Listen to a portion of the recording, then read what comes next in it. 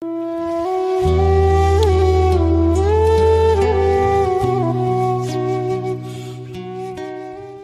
gimana? Atau ini kamu sedikit? Udah begini Pak, cukup aja. Sudah Pak. Sudah seluruh media agar bisa hadir. Kalau Anda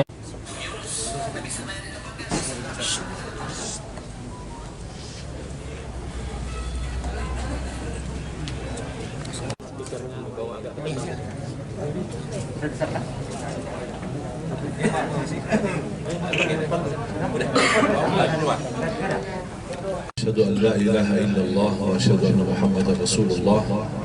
اللهم صل على سيدنا محمد وعلى آل سيدنا محمد وسلم تسليما كثيرا. Para habaib yang saya cintai, para kiai, para alim ulama,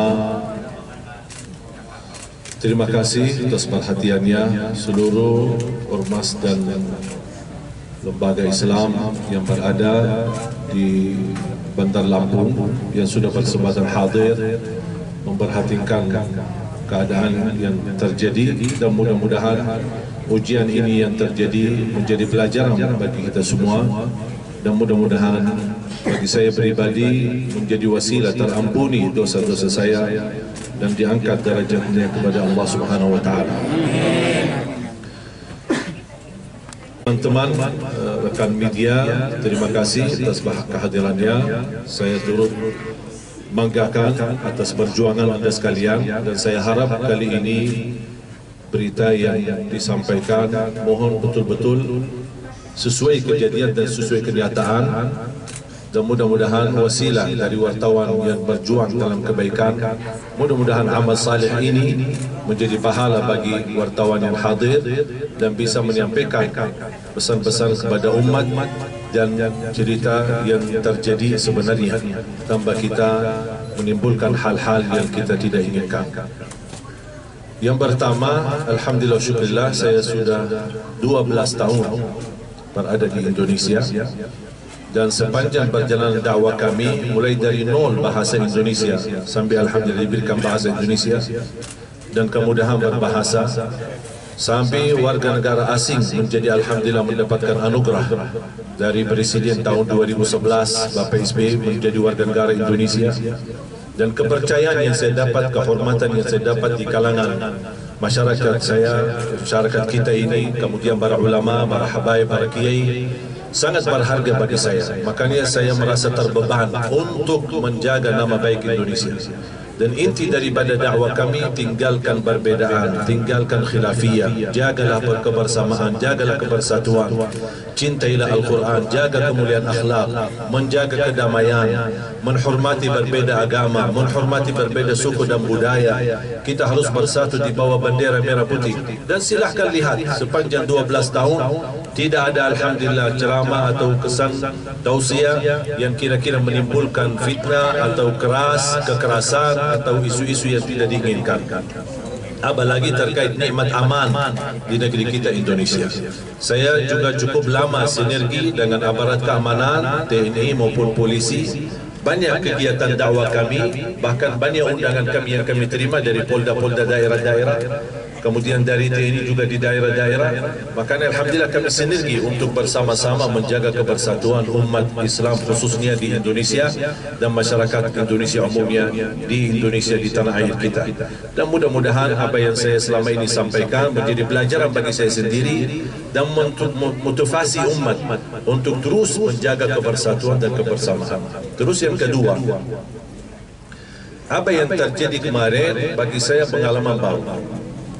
Saya tidak niat, saya belum mulai ceramah. Saya masih interaksi dengan jamaah, dan ketika saya panggil seorang anak karena acaranya kan wisuda, dan saya ingin salah satu wisudawan untuk bisa naik ke panggung, saya ingin mendengar bacaan. Dan saya punya kebiasaan, apalagi di kalangan anak-anak, mungkin para wartawan dan semua jamaah sudah melihat biasa saya memimpin anak-anak di acara Hafiz Indonesia. Dan saya merasa dekat dengan anak-anak, makanya saya panggil salah satu anak untuk membacakan Al-Fatihah. Sambil saya memperbaiki dan teruskan bacaan yang benar, di mana letakkan kesalahan, walaupun suaranya bagus. Habis saya periksa dan tes bacaannya, saya masih fokus di hadapan jamaah dan di sebelah kiri. Saya tidak melihat ke sebelah kanan karena posisi sebelah kanan cukup sepi. Karena panggung di dekat halaman masjid yang dekat pintu keluar masuk, pintu jalan. Dan pintu ini mungkin karena jalan keluar masuk tidak banyak jamaah di situ supaya tidak terganggu. Makanya saya lebih banyak fokus kepada jamaah yang ada di hadapan saya sama yang ada di kiri saya. Begitu saya selesai tes bacaan Al-Fatihah, saya masih menawarkan kepada anak itu. Saya belum tahu dia anak yatim. Belakangan baru saya tahu, ternyata dia anak yatim, usia 9 tahun. Begitu saya selesai tes bacaan Al-Fatihah, saya tawarkan, kamu ingin hadiah apa?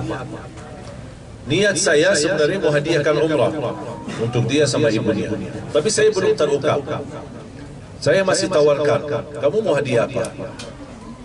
Dia masih bingung sampai dia mempandangi ibunya. Saya bilang, udah ke sana aja ke ibu, jubatannya ibu kamu. Barangkali ada masukan apa lagi. Balik lagi sebentar, mau sepeda kata-kata. Udah kita sediain di sepeda. Atau mau yang lain? Ada enggak yang lain? Kamu memang bisa naik sepeda, bisa pakai sepeda? Dia bilang belum bisa, belum pernah. Udah jubatannya ibu lagi. Sebenarnya saya ingin dia mengucapkan, aku mau hadiah umrah. Pas begitu subhanallah mengucapkan hadiah umrah, dan saya di saat itu minta HP dari beliau. Saya ingin sebenarnya foto sekalian, saya mau rekam hadiah umrah untuk dia. Pas ketika memegang HP ibu itu, ternyata HP-nya full data, dia tidak bisa difoto. Makanya saya tawarkan ke jemaah, mohon jemaah boleh pinjam HP-nya sebentar. Dan saya masih lihat ke kiri dan yang di depan saya. Belum ada respon, tiba-tiba saya baru saja hitungan titik, baru saja menarah ke kanan untuk berbicara kepada jamaah yang tersisa di sebelah kanan untuk meminjamkan HP-nya. Tiba-tiba ada orang naik panggung. Dan cepat saya pikiran saya lagi mau antar HP. Saya tidak membayangkan hal yang lain. Tapi cara dia loncat, lari, kemudian sasarannya kepada saya, posisi saya masih duduk, saya masih nyaman, belum bergerak sama sekali. Sambil saya melihat tangannya, posisinya ke atas, dia mau tusuk. Dan posisi saya kalau Allah SWT takdirkan tidak bergerak sama sekali, itu mati sekali. Dia mungkin di bagian leher atau di bagian kepala. Berarti sasarannya sudah jelas kemana ini. Apalagi saya pasti bisa pandangi matanya. Qadarullah, pas saya di posisi duduk dan hitungan titik saja, saya tidak bisa membayangkan ini semua terjadi karena qadarullah. Saya angkat tangan, kemudian tusukannya ke tangan saya. Baru saya berdiri. Sedangkan saat saya posisi titik berdiri, anak itu masih memegang pisunya. Dan pisunya sudah tertusuk di dalam tangan saya. Dan dia masih megang, dia belum lepas. Cara megang pisunya sangat kuat. Makanya sambil saya bangun, dia masih belum lepas. Dan dia ingin menarik. Karena mungkin dia merasa gagal tusuk saya di posisi yang dia inginkan. Ketika saya berdiri, dia ingin cepat dia. Dan subhanallah luar biasa cepat. Cepat dia reaksi, cepat respon gerakan saya, dan cepat dia ingin tusuk. Makanya saya langsung lawan dengan saya gerakkan, dengan saya ke arah kiri, kemudian patah pisunya, kurang lebih pisu sampai ke dalam hampir 8 cm. Kemudian saya tidak sadar pisunya patah. Tapi yang saya sadar, begitu saya melawan, dia jatuh. Kemudian masih saya melihat di tangannya, tapi saya belum lihat yang ini. Baru jamaah mengamankan. Ketika saya melihat ke tangan saya sudah berdarah, saya kaget. Baru saya melihat bekas pisunya masih ada ke dalam. Kemudian saya dengan ucapkan bismillah, alhamdulillah, inna lillahi wa inna ilaihi raji'un, saya lepas baki tangan kiri. Saya lepas, saya keluarkan, kemudian saya jatuhkan. Langsung diamankan oleh jamaah menjadi barang bukti. Begitu saya fokus untuk selamatkan tangan saya melihat jamaah sudah mulai hajar dan mukul belagu. Dan saya jujur saja merasa kasihan, langsung turun dari panggung untuk selamatkan dia. Sampai saya bilang, jamaah jangan, tahan, jangan, tidak boleh, dia manusia, kasihan. Dia bersalah, tapi jangan kita berbuat salah lebih besar. Dan saya membela dia, dan alhamdulillah sampai ada seorang jemaah rasanya kayak marah lah gitu. Dia malah tusuk Malaysia yang bela dia gitu, mau selamatkan. Ini memang tugas kita. Dan akhlak yang mulia teruji ketika di dalam ujian. Kalau lagi senang-senang aman-aman bukan ujian akhlak mulia, tapi ketika kena musibah, apalagi menghadapi musuh, disinilah terlihat bagaimana kunci kemuliaan akhlak kita. Apakah kita bisa lulus atau gagal? Allah berikan ketenangan, bukan karena saya hebat, bukan saya punya kelebihan apa-apa, tapi Allah berikan ketenangan di hati. Dan selalu saya jaga wirid baca suratul Baqarah setiap hari, tidak putus-putus. Seluruh masyarakat jangan terpancing dan terprovokasi. Saya mohon jaga ketenangan, jaga kebersatuan. Ini ujian yang terjadi. Memang beredar isu-isu, oh kalau giliran ulama dibilang gila, kalau giliran orang pejabat oh dibilang teroris. Sabar. Jangan kita menimbulkan hukum apapun. Jangan kita berburuk sangka. Kita harus menjaga baik sangka, husnuzan.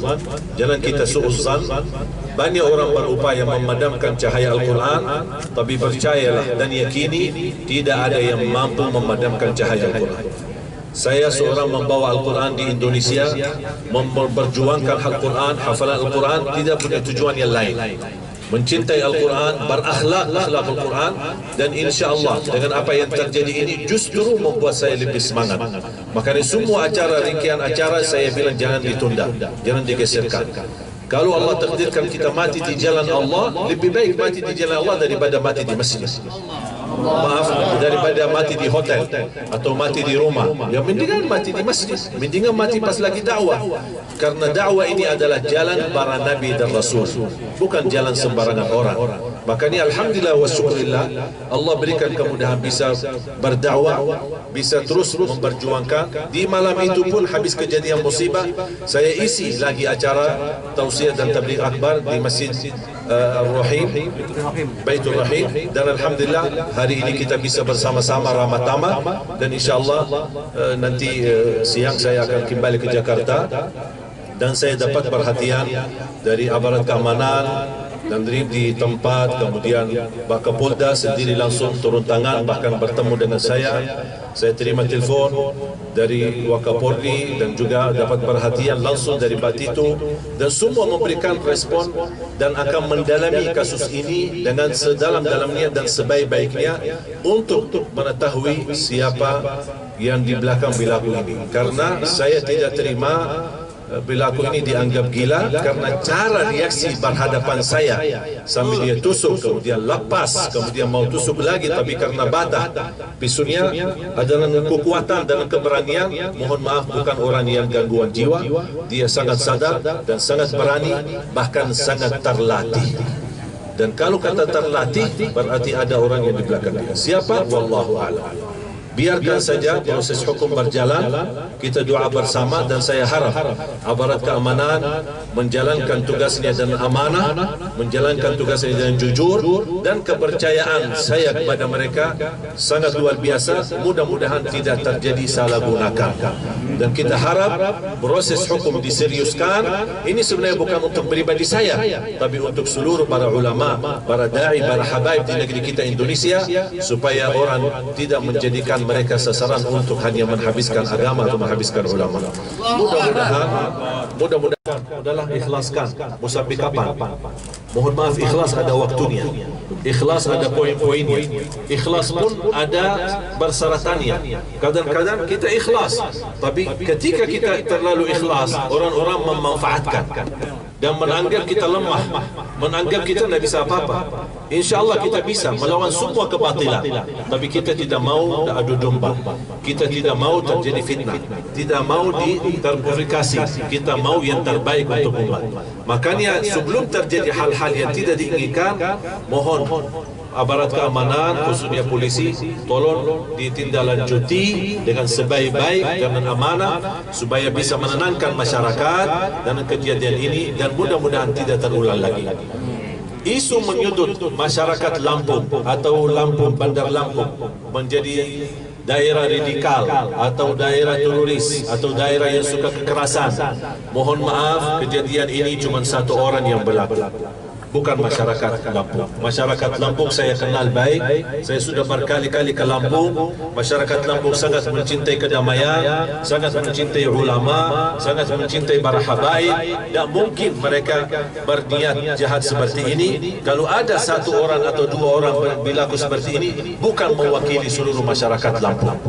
Dan saya berterima kasih kepada seluruh masyarakat di Lampung, khususnya para habaib, para kiai, para ulama dan semua ormas-ormas yang cukup banyak yang bisa bersempatan hadir di siang hari ini. Mohon maaf saya tidak bisa sebut satu persatu, tapi saya tolong ingatkan, tolong tenang, sabar, ini ujian dan insya Allah akan berlalu menunjukkan pertolongan Allah kepada kita. Yang berlaku dan yang di belakang mereka mohon dihukum. Itu aja, karena ini negara hukum. Jangan sampai kita terpaksa memain hukum sendiri. Kita mau negeri hukum ini berlaku dan juga mohon semua, saya harap mudah-mudahan aparat keamanan bisa berhasil untuk menangkap semua orang yang tersangka di dalam kasus ini. Bukan untuk diri saya, tapi mudah-mudahan insya Allah menjadi pelajaran buat semua para habaib dan ulama. Dan saya harap aparat keamanan, polisi tolong sinergi dengan ulama.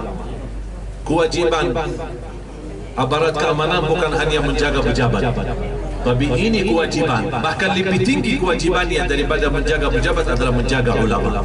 Karena ulama kita di Indonesia adalah berlindung negeri kita. Ulama di negeri kita Indonesia adalah keselamatan negeri kita. Ulama di negeri kita Indonesia adalah berjuang untuk memerdekakan negeri kita Indonesia. Maka tidak akan tercukupi dengan keterangan dari polisi. Kalau dia misal mengambil keputusan terakhir, seandainya keputusan terakhir adalah perilaku adalah gangguan jiwa atau gila dan sudah ditutupi kasus ini, saya tidak akan berhenti di situ.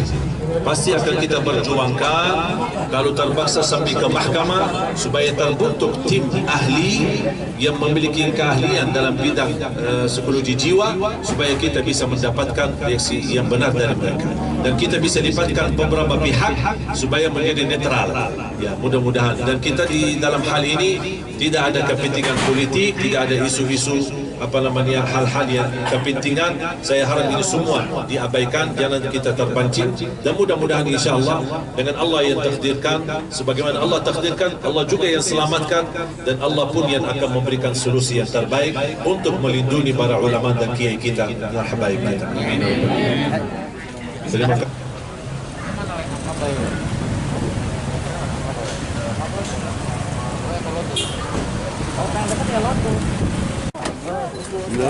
Ya, siapa kila Bu ya?